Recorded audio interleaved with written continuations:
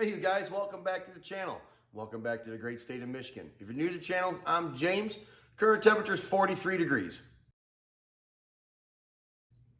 Now, crazy weather here in Michigan. Been raining all day, windy as hell, and cold. But we're gonna take advantage of it. Inside the house is a brand new AMS oil separator for Mobzilla. So let's go inside and let's unbox it.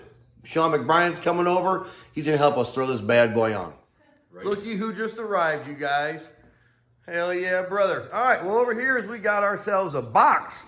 Inside this box is our new AMS oil separator. So let's throw you guys into a montage and let's open this bad boy up.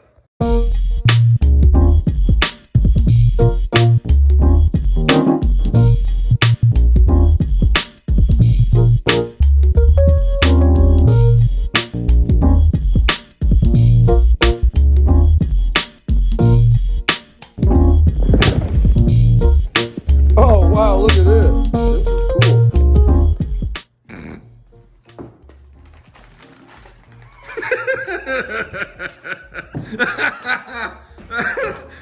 Oh wow, check this out, man.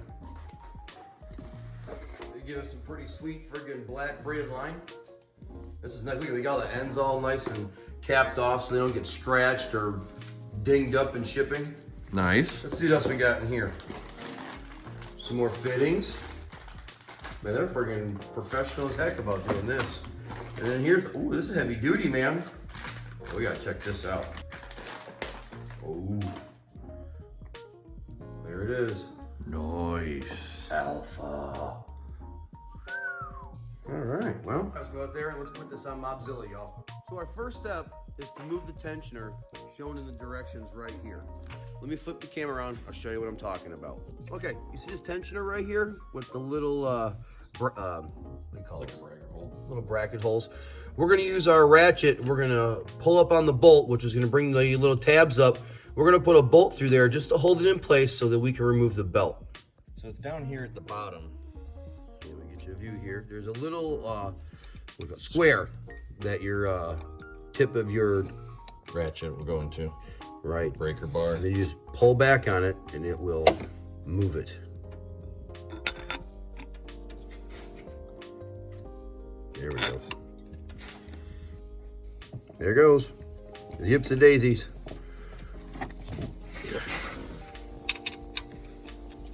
So as you can see, we used a Allen key to hold it in place. Now we can take the belt off. Next, we're gonna remove this pulley right here. Okay, you guys. First pulley's off. So everybody can see. This is where it was, right here. So the next pulley we need to remove is right there. Oh, I think we got it. Oh, let's see here. There she is, ladies and gentlemen. The second idler pulley has been removed. Now, we can work on removing the dipstick and putting in the new AMS dipstick. Next step, you guys, dipstick removal. 10 millimeter. Simple. Once you break it loose, you guys, it's pretty simple.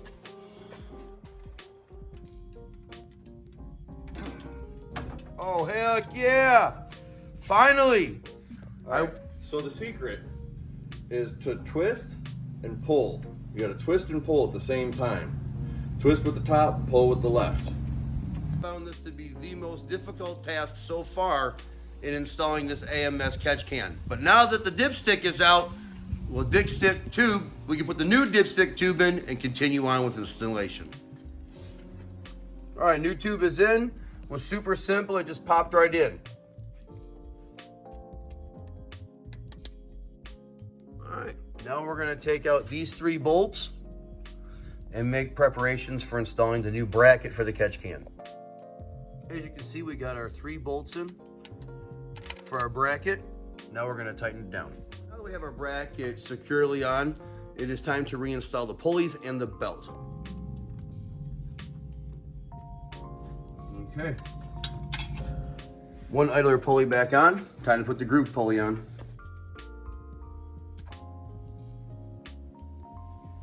Yeah, at least I will say that they didn't make it super difficult, you know what I mean? They left enough room in here so that you could actually get your hands in here. Yeah, it is pretty easy to work on. Yeah, it is pretty easy to work on so far. Grooved pulley is back on. All right, now just throw the belt on and start installing the catch cam. All right, as you can tell, we have our belt all back tightened up. Idler pulleys are all installed. Now it's time to install the drain line to that that little red cap down there. So I know it's hard to see, but you can tell right there is the A&N line attached to the oil dipstick drain line. And it is the straight end, not the 45 degree end. All right, next you have your oil, your water separator. Put your O-ring on top. Put it in the bottom of your catch can. They say you can tighten up this end, but do not tighten up the A&N thing that attaches to the bottom.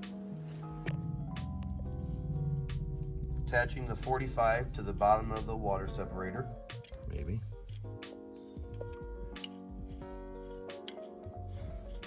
All right, we've officially tightened the separator to the bracket that we mounted earlier, and the drain line is officially tightened right here. So that's all assembled. Now it's time to hook up the 4 hoses that actually attach to the separator. Okay, we removed the intake tube on the driver's side, and now we are removing that right there so that we can attach the oil separator to it, and that's where it's gonna pull your oil vapor out of your valve cover and into the can. Give her all she's got, matey. It's like, no, I don't think so, mate. Nope. Not today. Thanks for playing, sports fan. Right? It's been a nice time playing. Ugh. Yay! Successful. It didn't let you beat you, bro. Nope. There's actually like a metal elbow inside of here. Right. That's crazy. Just so you guys know, because no other video is going to show you this, you're going to take suction from here and from here. What you have right now is the turbo taking a direct suction, right? This little line right here, you guys can probably barely see it. I'm touching it. This line right here comes directly off the turbo inlet, all right? So this is what you're going to use for suction through your catch can, right? And then it's going to pull the vapors out of your valve cover. So now you have the catch can between the suction of the turbo and the valve cover versus it just pulling directly off the valve cover. And of note here, your top line is going to run to your valve cover. Your bottom line is going to run to your turbo inlet.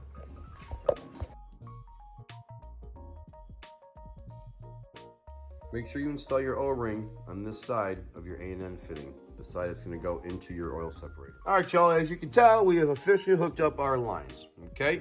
So your bottom line goes around, under, and comes back up and goes over here and connects to right here, okay? And your top one, we ran it under the intake tube also, but it comes up over here and right into the side. Boom. We thought it looked pretty clean. Plus, once I put the tube back on, it should look pretty clean, you guys. So we're gonna reinstall the intake tube, and then we're gonna move on to the other side and install the other side. All right, we have removed the other left side intake pipe, and now we are currently removing the rubber hose from factory. Well, it's official, y'all. Check it out. It's all installed. All the lines are bolted down. Everything's installed, both sides.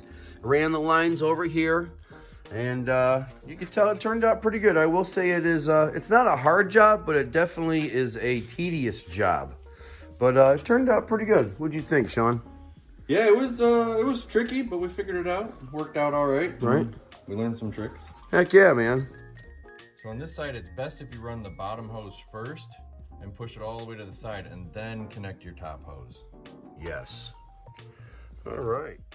Well, y'all, I hope you enjoyed that install video. It was my very first aftermarket part, or performance part, we'll call it, putting it on the GTR. Super happy. Now I feel like it's official. I've actually worked on this car. So if you guys enjoyed this install, give me a like. Smash that subscribe button. We got more GTR content coming for you guys, and we'll see you in the next video. Peace, everybody. Holy shit! Looky there, looky here! God damn it, looky here! God God damn, looky here. Ooh, all the rednecks are gonna be happy now. Look at that. Good shit. Looky here, looky here. God damn, that's gonna look good on my Pinto, brother. Let me tell you. Ooh, that's a nice one. Looky here. That's a sharp look. You do know your way around a hose, don't you? Ooh, mama.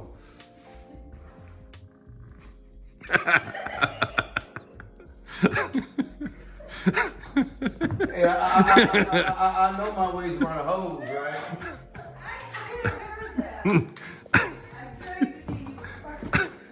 Oh God, I'll put that in the deleted scenes for sure.